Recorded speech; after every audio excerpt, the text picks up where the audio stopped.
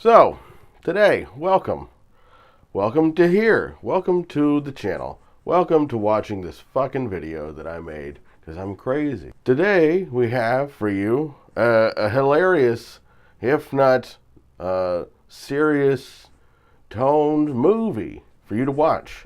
For you to see with your eyes, for you to remember with nostalgia if you're like me, or to see for the first time as someone who wants to, I'm not going to say waste an hour and a half, but more so experience an hour and a half as you would not have rathered. But today we have a very good offering from the legendary Roddy Piper. In what, I mean, if he's in another movie, I don't know it and I'm not looking it up, but I could see if this was his only movie, why it was that. It's not that bad. It's not that bad. So just stick with it, and I promise you, it'll be funny and insightful a bit. It's a movie with a message and not really much else. So that's fine. It's just not a very good movie, but it's an interesting one and a funny one. 1988 classic, They Live. When you're first into the movie, there's just Roddy Piper. He's just walking around. He's carrying a bag of shit that you assume are the only possessions in the world.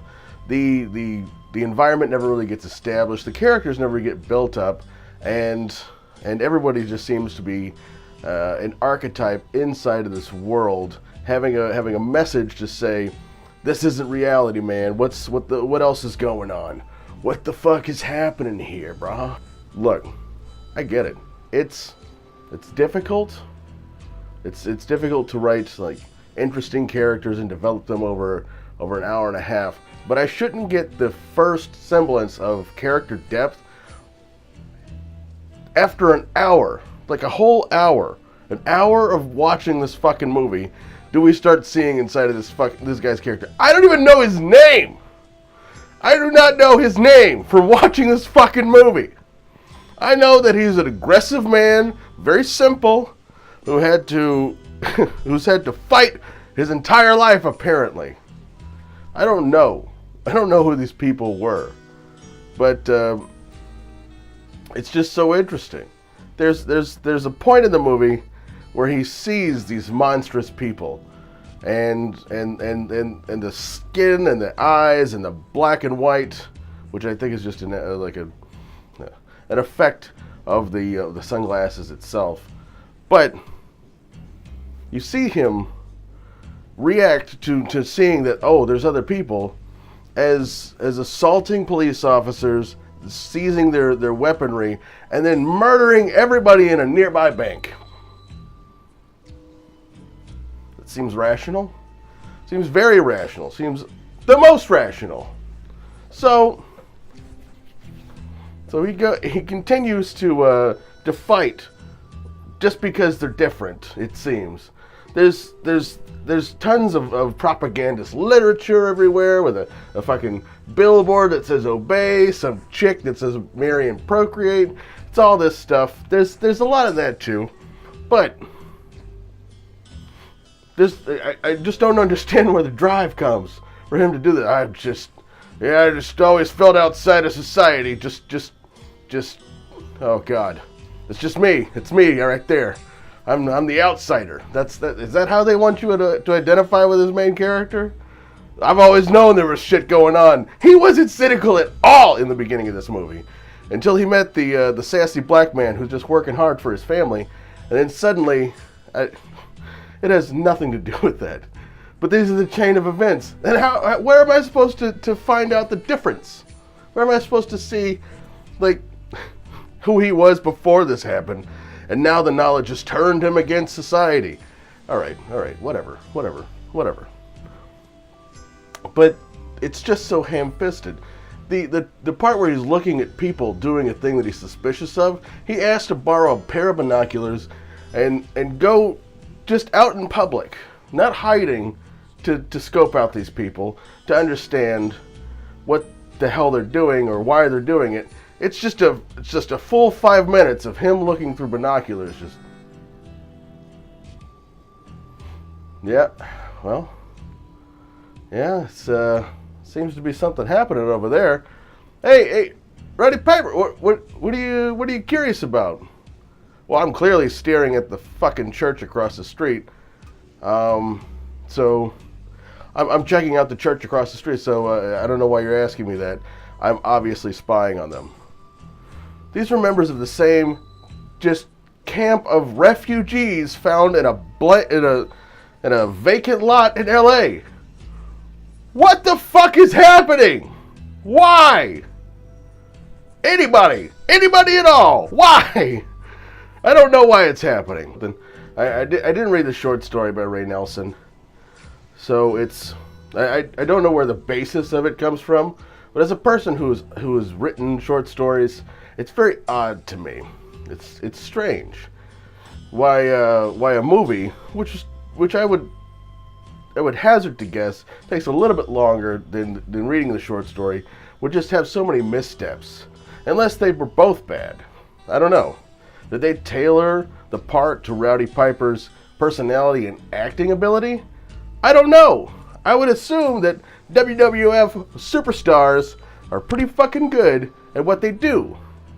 They act and they use their bodies, so maybe it was the depth of character that they could deal with. I don't know. These are all like assumptions. But the fact that I just watched, he gets into a fight.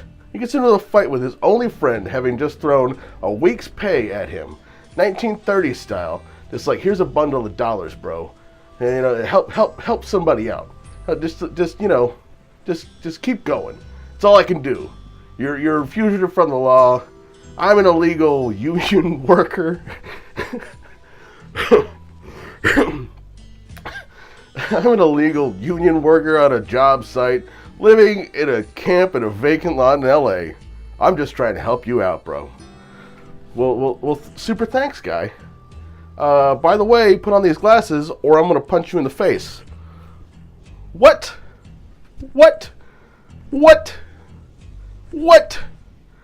You gotta stop it. You gotta explain something to anyone. Anyone at all. You can explain it to them. Why is this happening? Just have a transition, explain. Why not a 5-minute conversation instead of a 10-minute fight? That doesn't make any sense. Why did that happen? I don't know. But I will say that the message of the movie is interesting to see. Because, I mean, obviously it's pointing to the fact that we have a consumerist culture driven, and here's an explanation for it.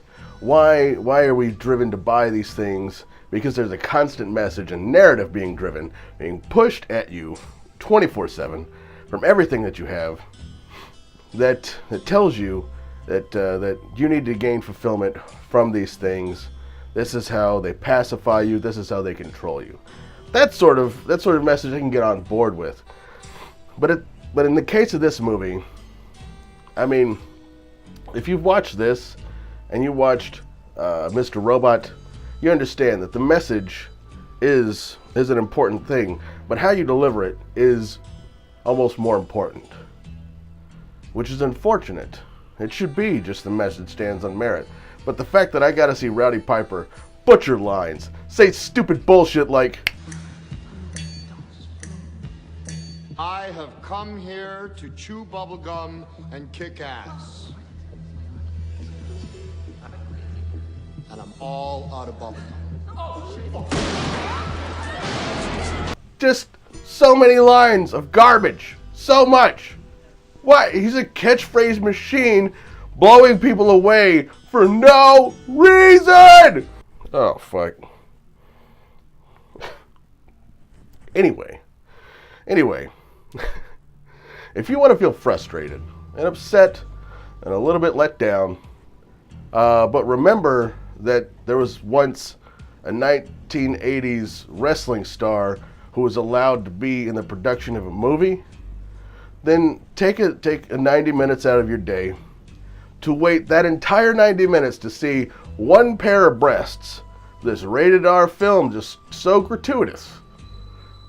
Full 90 minutes to get to some tits. Just take the time out of your day and you will feel the way I felt after I watched this.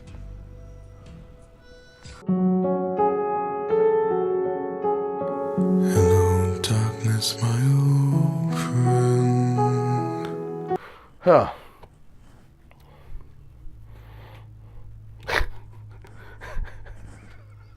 God. Oh, this is such a bad idea for a video, bad idea to watch it.